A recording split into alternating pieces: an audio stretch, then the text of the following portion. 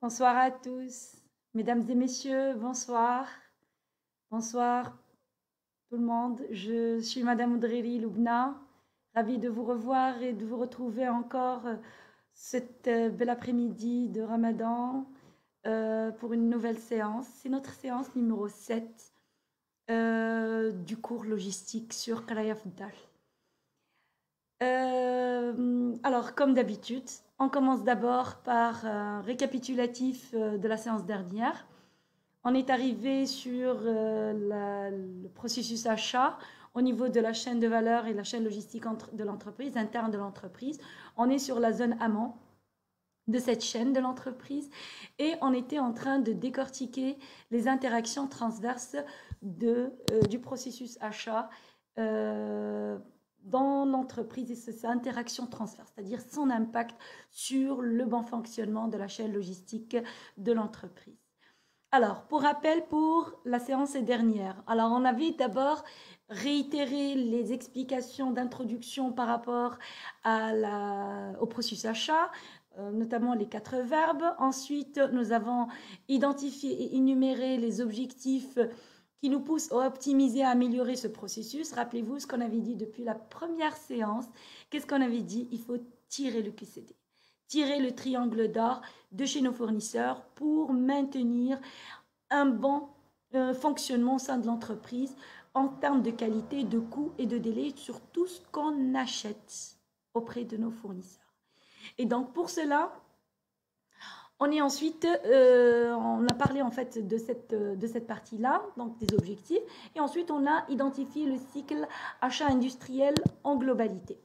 Alors ce cycle achat industriel, justement, c'est celui qui a été identifié depuis l'amont, c'est-à-dire depuis l'expression de besoin, jusqu'à l'évaluation des fournisseurs, en passant bien sûr par la prospection, bien sûr la négociation, l'art de la négociation et enfin la contractualisation. Et c'est là où le processus achat fait pause. Pourquoi? Parce que grâce à ça, il donne la main à d'autres processus, notamment les approvisionnements, à concrétiser cet acte d'achat auprès de ses fournisseurs choisis, contractualisés, pour passer des commandes. Donc on lance des commandes selon le besoin, mais par contre ce processus, il revient ensuite pour faire son évaluation, le scoring des fournisseurs, pour être sûr qu'on travaille toujours avec des fournisseurs qualité, coût et délai. Alors ensuite, je vous ai dit, mais attention, les interactions transverses de ce processus avec l'ensemble des autres processus de l'entreprise sont extrêmement importants parce que le mauvais fonctionnement de ce processus peut avoir un impact néfaste sur le fonctionnement des processus à savoir bien sûr au niveau sur les appros principalement, ensuite les stocks, ensuite par rapport au compte à fournisseur et également par rapport aux autres processus en indirect puisque l'un impacte l'autre. C'est-à-dire un mauvais fonctionnement au niveau du processus achat dit livraison en retard, dit livraison non conforme, dit encore livraison mais à des coûts très élevés de produits ou de services, ce qui fait que notre approvisionnement ne sera pas QCD, donc notre processus de production de biens ou de services ne sera pas QCD et donc le client ne sera pas content de notre produit qui ne sera pas malheureusement QCD aussi. Et dans ce cas-là, l'entreprise va aller voir ailleurs, c'est-à-dire cette entreprise cliente va aller chercher le QCD ailleurs. Donc, on a intérêt justement à bien maîtriser ce processus achat. Et très brièvement, je voulais en fait partager avec vous ces fonctionnements-là, le fonctionnement de ce processus en interaction transverse avec l'ensemble des processus. On avait dit que tous ces processus demandeurs, c'est ce qu'on appelle les processus prescripteurs. Ils expriment un besoin. Et l'expression de ce besoin, c'est soit en un besoin simple qui ne nécessite pas de mettre en place tout un budget pour trouver le bon fournisseur QCD, mais également, il se peut que cette analyse de ce besoin qui a été exprimé par les différents prescripteurs qu'on a énumérés la dernière fois, qui soit stratégique. Ça veut dire quoi? Ça veut dire que le choix du fournisseur est décisif et on n'a pas le droit à l'erreur. dans le choix du fournisseur. Alors que ce soit pour un achat simple ou pour un achat stratégique, le fonctionnement est différent au sein de l'entreprise. Rappelez-vous que je ne donne pas en fait, je ne suis pas en train de donner une méthodologie sur le fonctionnement achat, mais je suis en train de décrire le fonctionnement achat en globalité et son impact sur l'ensemble des autres processus. Et donc, bien sûr, pour l'entreprise privée. Alors, on avait dit la séance dernière, on avait parlé de l'achat simple, c'est-à-dire un achat qui ne nécessite pas de mettre en place des ressources importantes pour trouver le bon fournisseur QCD et qui se manifeste, bien sûr, par l'expression justement de ce besoin auprès des fournisseurs grâce à des demandes de cotation. Ces fournisseurs-là qui seront consultés et qui proviennent de notre panel fournisseur, et on a vu la séance dernière comment constituer notre panel, que ce soit pour un achat simple ou un achat stratégique, il faut avoir son panel fournisseur. Grâce à la prospection et grâce bien sûr à cette consultation de ce panel fournisseur, nous avons pu recevoir des offres qu'on a comparées, analysées, vérifiées et puis on a procédé aux négociations y afférentes et bien sûr le choix du fournisseur QCD.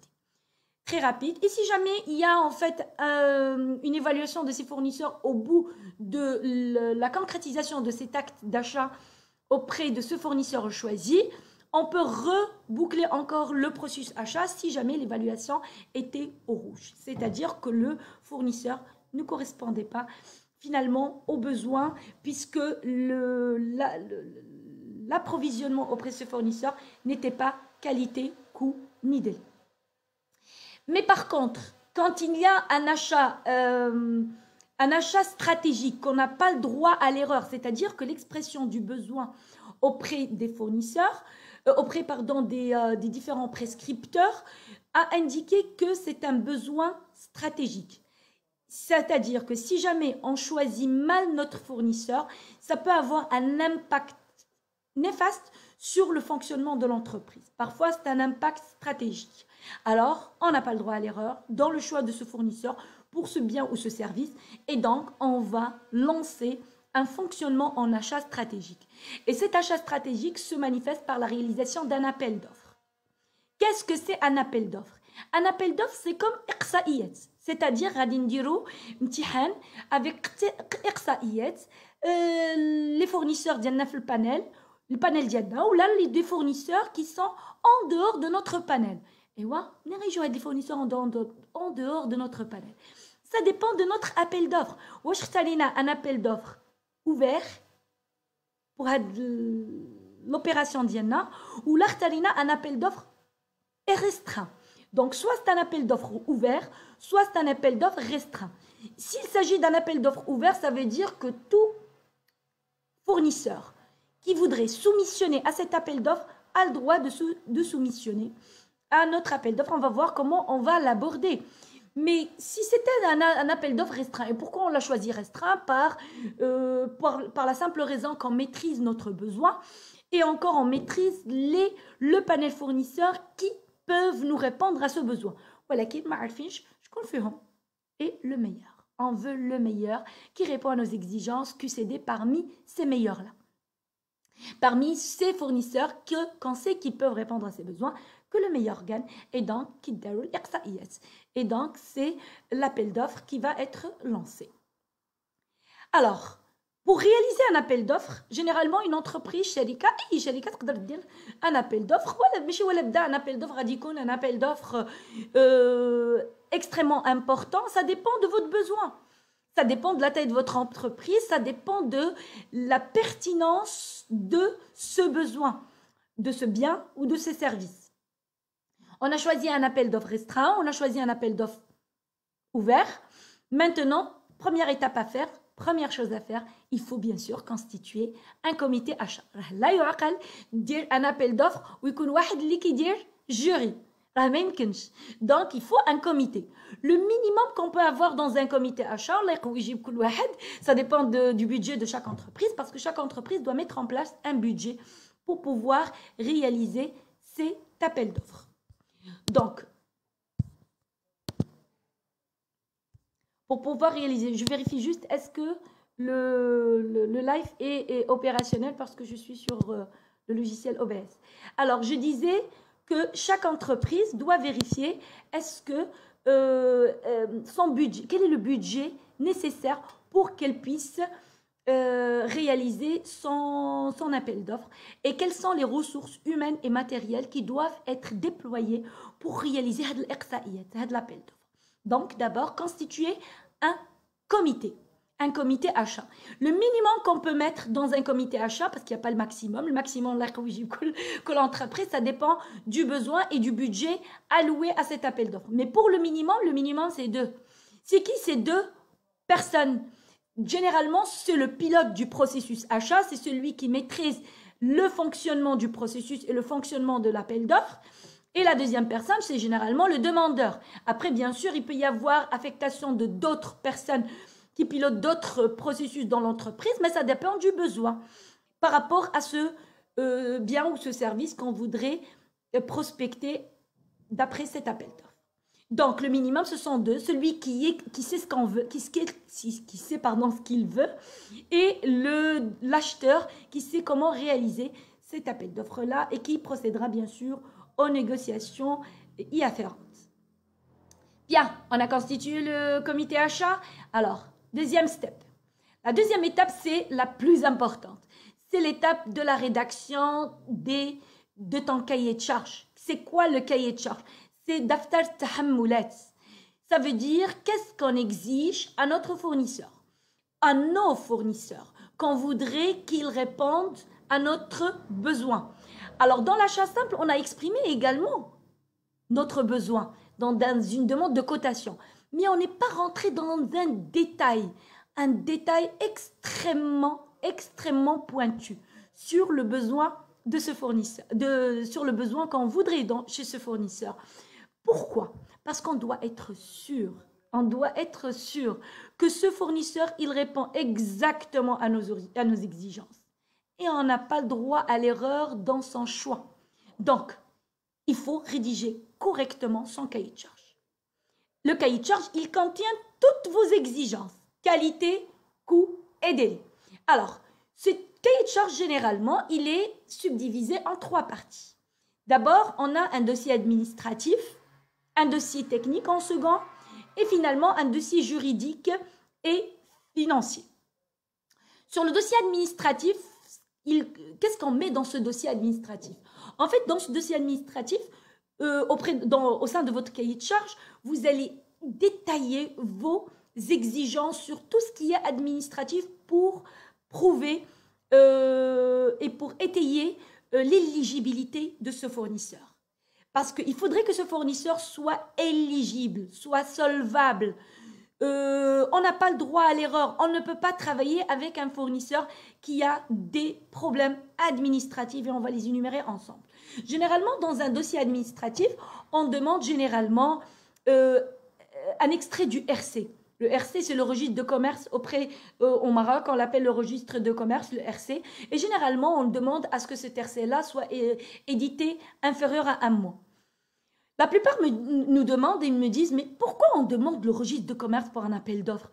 Eh bien, tout simplement parce qu'il y a des informations que le client, le comité achat ne peut pas trouver ailleurs, sur le web, sur Internet ou vérifier, ou même si on vous le demande, il nous faut un document justificatif. Et même si on veut l'avoir, cette information à votre insu, vous, le fournisseur, on ne peut pas l'avoir. C'est quoi cette information qui est importante qu'il y a dans le RC? Toutes les informations, généralement, les RC, ils sont possibles, et ils sont disponibles, ils sont sur Internet, c'est-à-dire le numéro de registre de commerce, l'identifiant fiscal, le chiffre d'affaires, les actionnaires ou encore l'activité. Toutes ces informations-là sont disponibles. Alors, c'est quoi cette information, les mohemma, ou dans le registre de commerce? C'est la solvabilité juridique du fournisseur. Ça veut dire c'est de ces fournisseurs, c'est-à-dire sa fiche anthropométrique. C'est comme la fiche anthropométrique d'une personne, ça c'est la fiche anthropométrique de l'entreprise. C'est pour ça que ce document, il est édité auprès du tribunal de commerce. C'est-à-dire qu'on fait notre demande auprès du tribunal de commerce pour pouvoir l'éditer.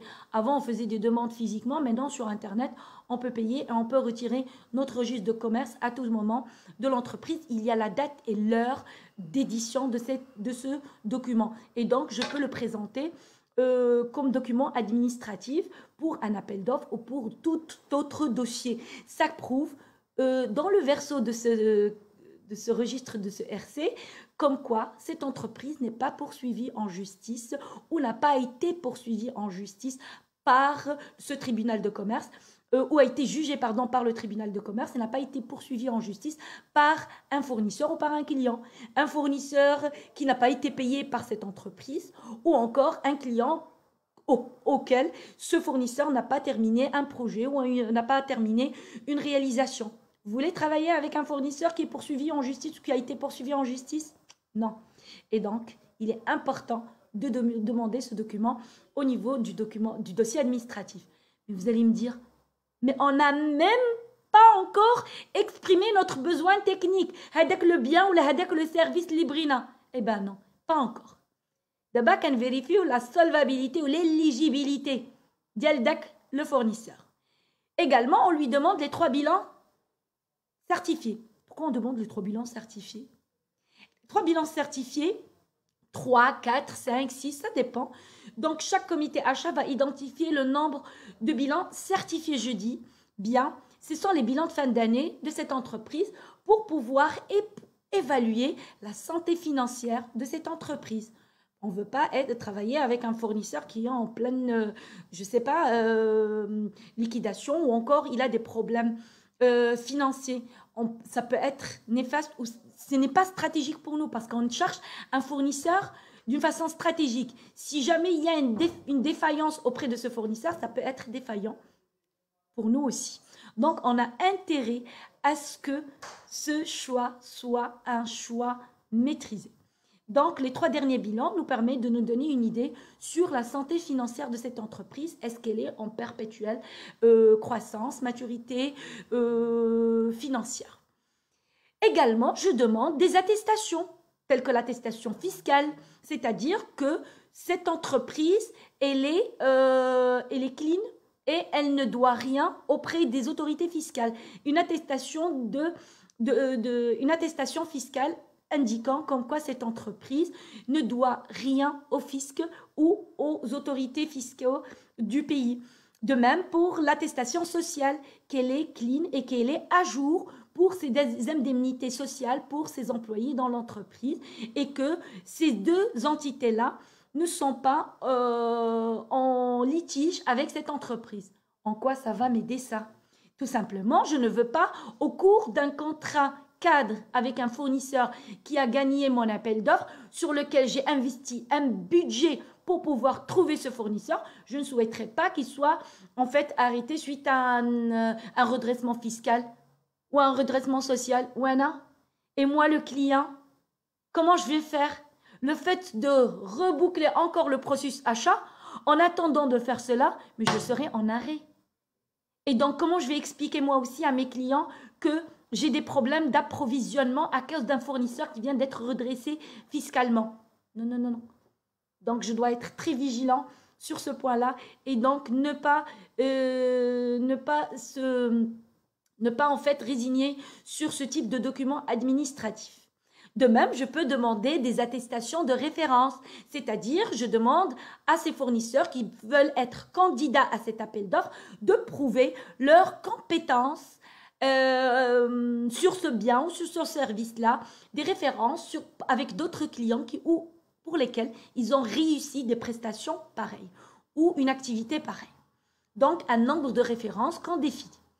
Encore, il y a également la possibilité de exiger dans le cahier de charges, au niveau de ce dossier administratif, une caution bancaire provisoire.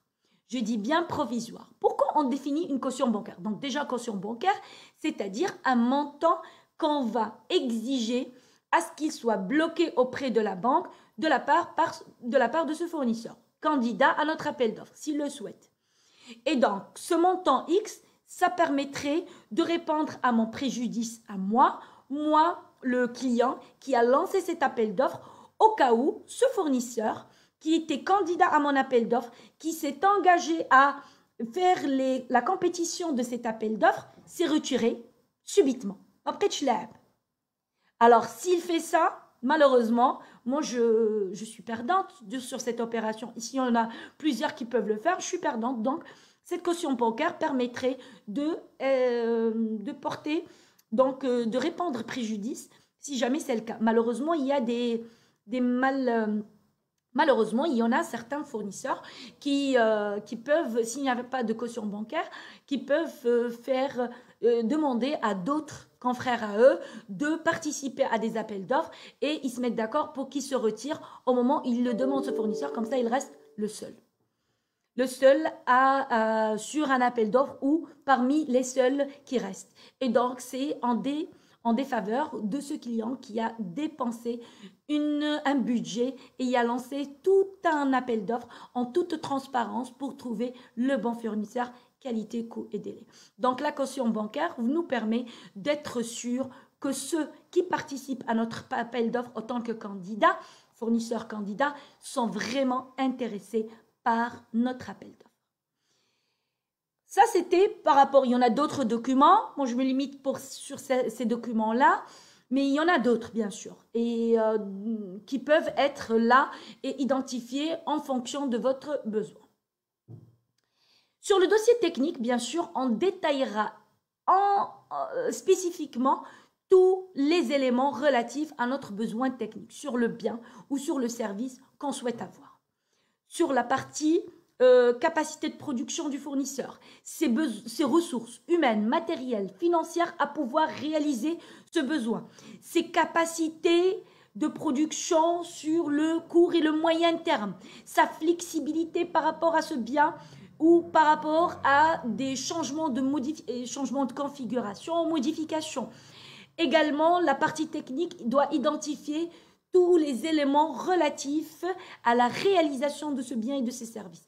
On doit être sûr qu'on a bien vérifié tous les éléments liés à ce bien ou ce service qu'on est en train de chercher auprès de ses fournisseurs candidats pour chercher celui qui va nous le procurer, qualité, coût et délai. Le dossier technique, il doit être très clair, bien structuré, avec une suite logique, identifiant tous nos besoins spécifiques, techniques, en méthode de travail, en ressources, en quantité, en qualité et en délai. Et finalement, il y a le dossier financier et juridique. Pourquoi je mets financier et juridique? On peut l'expliquer, mais généralement, on peut les mettre ensemble. Donc, dans le dossier financier et juridique, c'est un dossier dans lequel je vais spécifier quelles sont mes exigences par rapport au règlement de cette consultation. Pourquoi? Parce que cette consultation-là, c'est un appel d'offres et je dois être en toute transparence par rapport à tous les candidats qui veulent participer à cet appel d'offres. C'est les règles du jeu. C'est-à-dire, quel est le règlement de ce jeu? Jeu, c'est appel d'offres. Quel est le règlement de cette consultation? Sur quelle base on va être choisi ou pas? Sur quelle base on va être éliminé? Quelles sont les choses éliminatoires? Quelles sont les règles comment dirais-je? Les règles par lesquelles on peut éliminer ou pas un candidat, sur quelle base? Est-ce qu'il y a des coefficients par document ou par dossier? Est-ce que c'est une consultation qui se fera en fait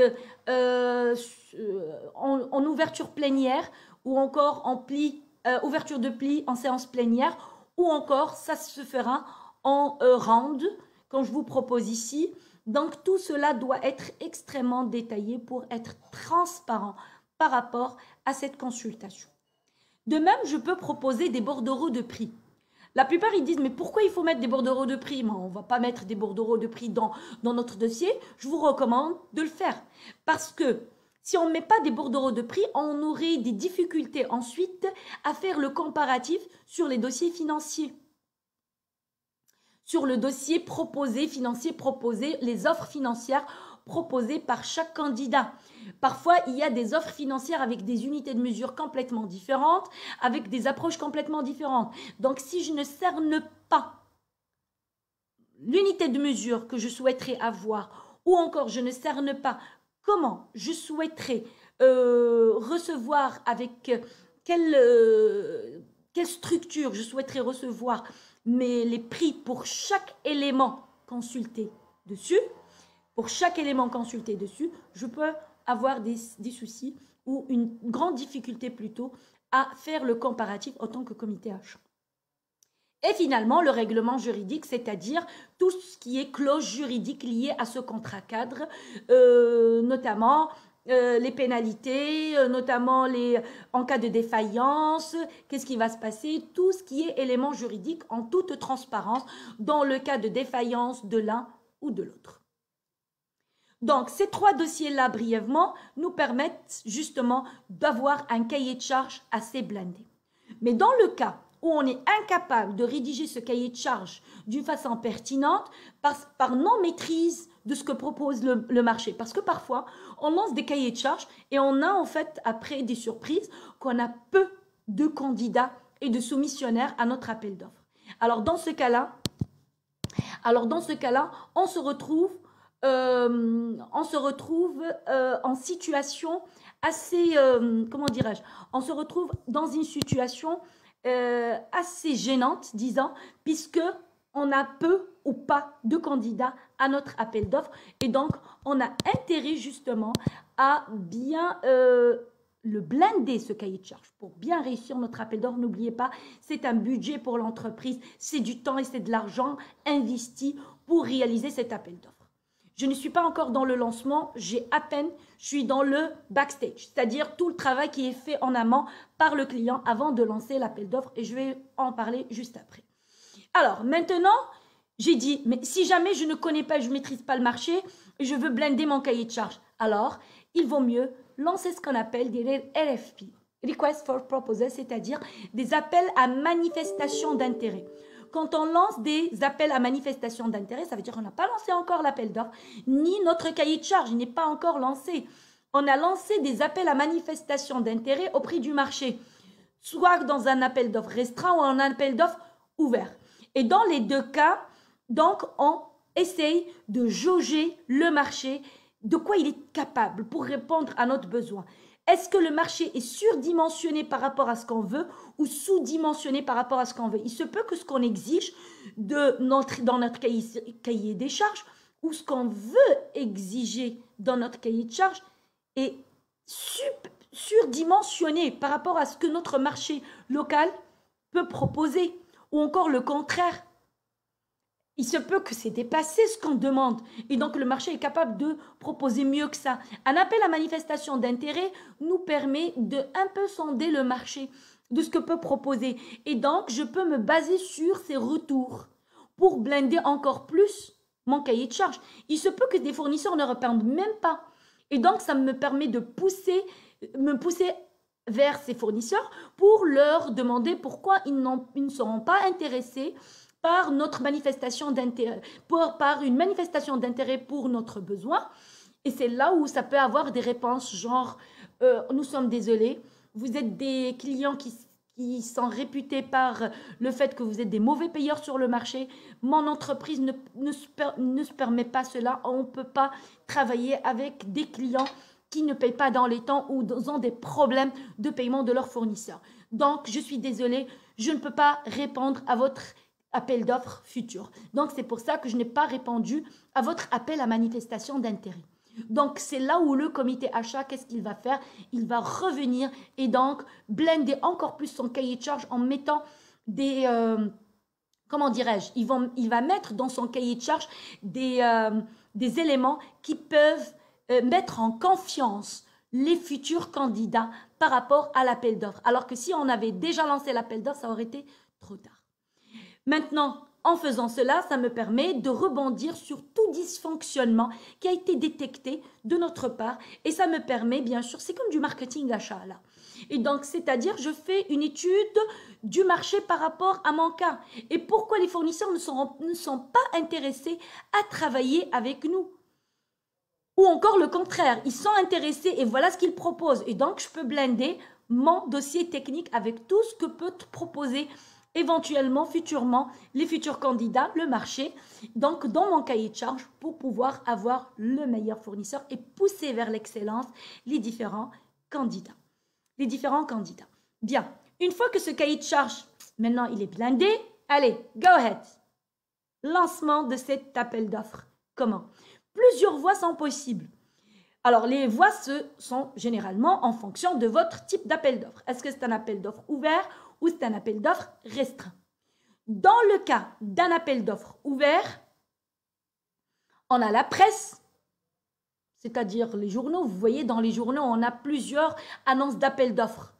Nous, la société telle annonce un lancement d'un appel d'offres pour l'acquisition de tel bien ou tel service, etc.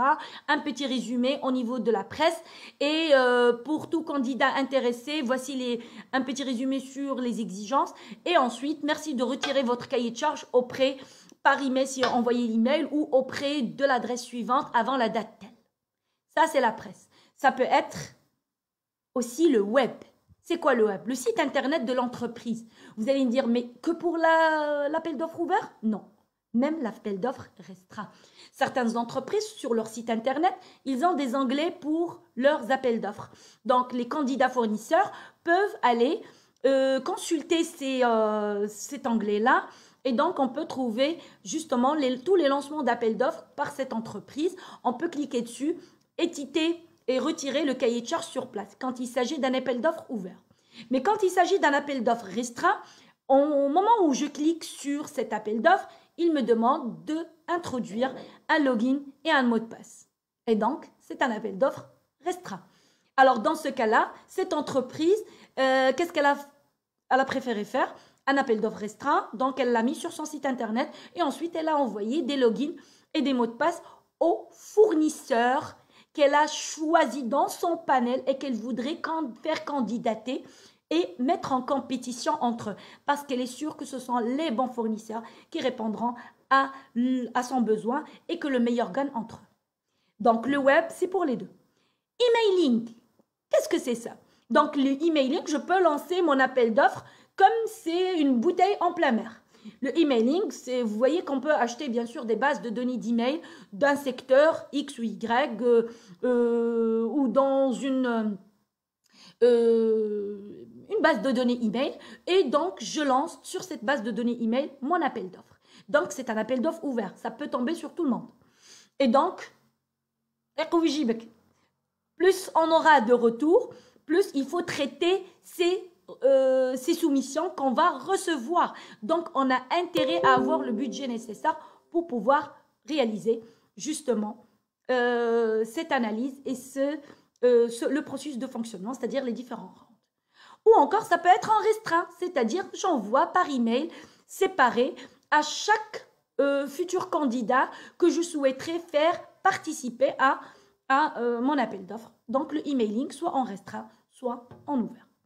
Et finalement, ça peut être vers des cabinets spécialisés. Il y a des cabinets qui sont spécialisés à faire rencontrer en fait des entreprises qui cherchent à soumissionner à des appels d'offres avec des clients qui cherchent à lancer des appels d'offres sur des secteurs bien spécifiques. Et donc, ces cabinets-là, commissionnaires, donc, permettent de faire rencontrer en fait ces deux partenaires sur ce besoin.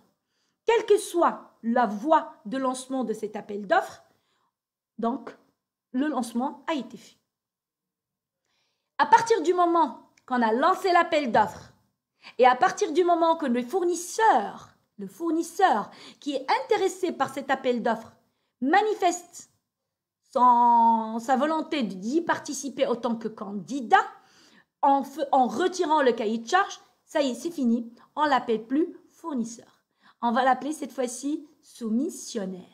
Il devient soumissionnaire. C'est juste de l'appeler fournisseur, mais encore mieux de l'appeler à ce moment-là, c'est un soumissionnaire. Pourquoi? Parce que quand il a retiré le cahier de charge, qu'est-ce qu'il a fait avec ce cahier de charge? Il a constitué un comité, bien sûr, dans son entreprise pour étudier et analyser en détail ce cahier de charge. Bien sûr, le comité, justement, de ce fournisseur va procéder à décortiquer ce cahier de charge pour ne rien rater, pour avoir, bien sûr, une réponse blindée à ce cahier de charge. Ensuite, qu'est-ce qu'il va faire? Il va procéder à la rédaction d'un rapport de soumission à l'Arcotrico, en une bonne soumission, un rapport de soumission en bonne et due forme, bien structuré, blindé en données, en références, pour le dossier administratif, technique et bien sûr très compétitif sur le dossier financier. Donc, ce rapport de soumission doit être extrêmement bien soigné. Pourquoi? On va le voir justement sur les étapes qui vont suivre entre cette séance et la séance prochaine, justement. Alors, ce cahier des charges qui a été retiré par le fournisseur, qui n'est plus fournisseur maintenant, il devient soumissionnaire. Ce cahier de charges qui a été décortiqué par l'équipe du fournisseur. Ce cahier de charges qui a permis de rédiger une réponse, une offre blindée, une offre très détaillée de la part de ce soumissionnaire, qu'on appelle un rapport de soumission, doit être déposé, ce rapport-là, dans les délais exigés dans le cahier de charges. Il doit être déposé dans les délais, ou avant les délais bien sûr, ou avant les délais, c'est-à-dire dans les délais exigés dans le cahier de charges du client.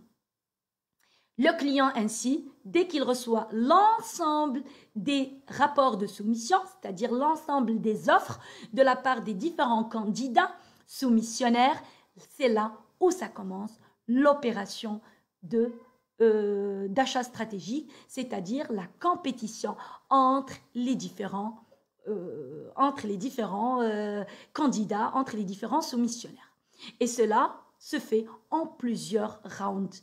كيف الإقصائيات بحال الإقصائيات ديال كأس العالم كونط اون في الإقصائيات كأس العالم بزاف ديال الفرق دي زيكيب اللي غيشاركوا باش تختار وحده هي اللي غتختار حنا غادي نديرو يا وحده يا جوج ça dépend de notre besoin et on va voir pourquoi et donc ça passera par des rounds qui nous permettent de filtrer, c'est comme un tamis jusqu'à ce qu'on arrive au round final. Alors quel serait le premier round? Ou encore le round avant le premier round? Est-ce qu'il y a un round avant le premier round? Oui, ça s'appelle la présélection. C'est quoi cette présélection? C'est une vérification de l'ensemble des soumissions. Généralement, certaines entreprises ou la plupart le font dans quel but? Un petit peu tamiser les réceptions des soumissions. Et c'est bien indiqué. Toutes ces étapes-là sont bien indiquées, comme je l'ai dit précédemment, dans le règlement de consultation. Alors, cette réception des soumissions dans les délais passera ensuite par une présélection par le comité achat du client. Au niveau du comité achat, il procédera à la recherche de vices de procédure, c'est-à-dire le vice de procédure. Qu'est-ce qu'il va chercher en fait, ce comité achat? Est-ce qu'il a vérifié les dossiers? Pas encore. Qu'est-ce qu'il va chercher? Tout ce qui est non conforme ou touchera à la transparence de cet appel d'offres. Généralement, plusieurs entreprises mettent en place justement en fait cette étape-là, déjà d'abord pour se débarrasser de tout intrus ou certains fournisseurs qui soumissionnent alors qu'ils n'ont pas respecté les éléments de base. Mais également certains fournisseurs qui n'avaient pas pu même pas respecter quelques clauses de forme.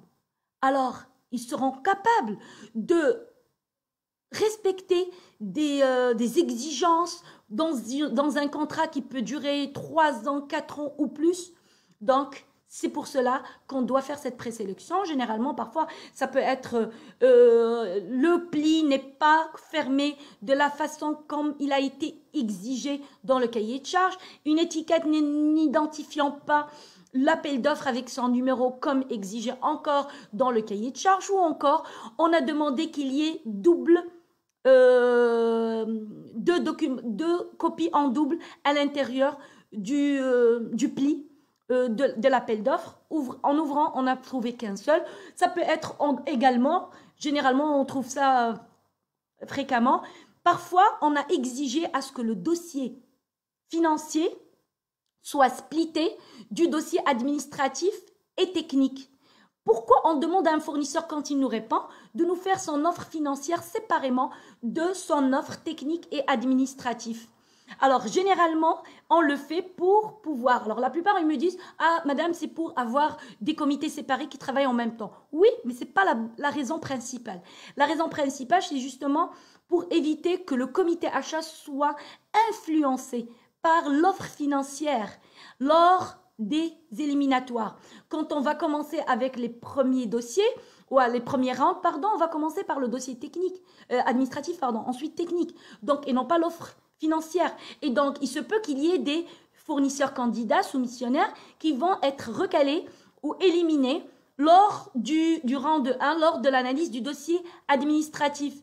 Pourquoi? Il manque de documents X, ne pas atteindre des exigences Y sur certaines exigences en termes de bilan, chiffre d'affaires, etc. Et donc, vous allez dire, mais mince, oh non, il faut les garder, parce que regarde le prix, c'est le moins cher des autres. Comment tu l'as su? Comment tu as su que c'était le moins cher? Donc, tu as été influencé par son prix. Donc, c'est pour ça que le comité achat, généralement dans son cahier de charge, parfois exige à ce que l'offre financière soit séparée. Comme ça, le comité achat retire toutes les offres financières lors de la présélection et les ferme à clé jusqu'au round final. Et donc, c'est une sélection à l'aveugle par rapport à l'offre financière. On travaille sur le dossier technique et le dossier administratif puis technique. C'est-à-dire, on cherche la qualité et le délai et ensuite, on cherche le prix le moins cher. C'est-à-dire, on cherchera le mieux disant d'abord et des mieux disants, on trouvera le moins disant. Alors, comment réaliser cela? Comment réaliser une compétition pour laquelle je vais chercher d'abord les mieux disants en qualité et en délai par rapport à mon besoin. Et ensuite, de ces mieux disants, tirer le moins disant de ces mieux disants. Et donc, ça, justement, c'est ce qu'on va voir la séance, Inch'Allah, la séance 8. Au plaisir de vous retrouver pour cette séance-là, pour la partie 3 du fonctionnement du processus achat. Merci à tous et excellente soirée. Je vous retrouve juste après et tout de suite pour répondre à vos questions. Merci.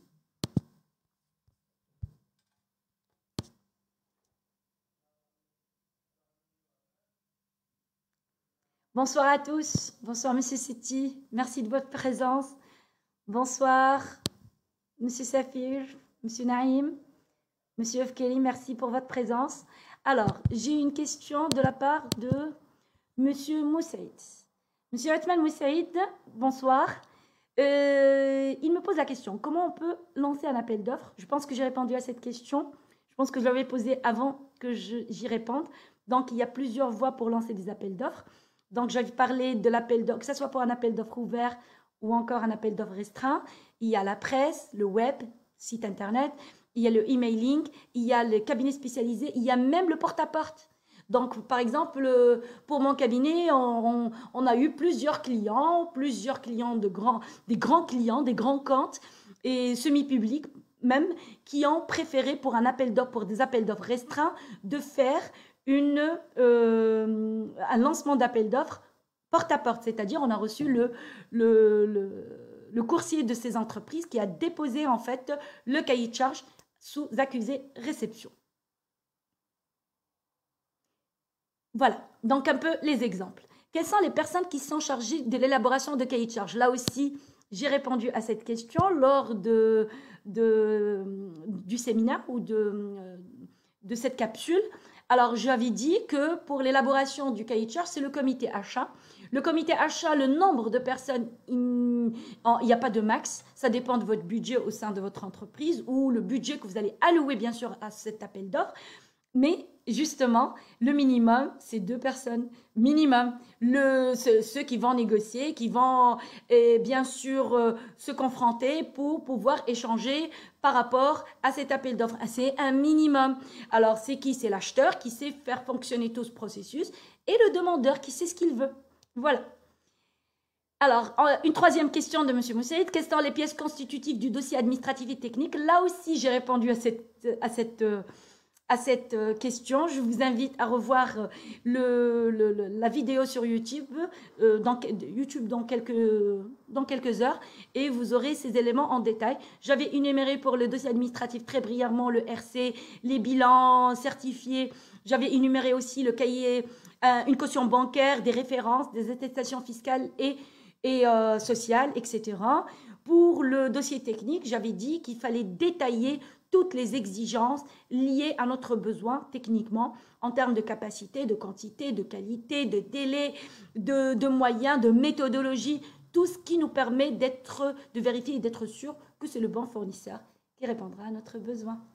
Voilà, Madame Hatimi, merci pour votre présence parmi nous et merci pour votre message. Merci. J'ai également, l'offre technique ne peut pas être demandée par l'acheteur.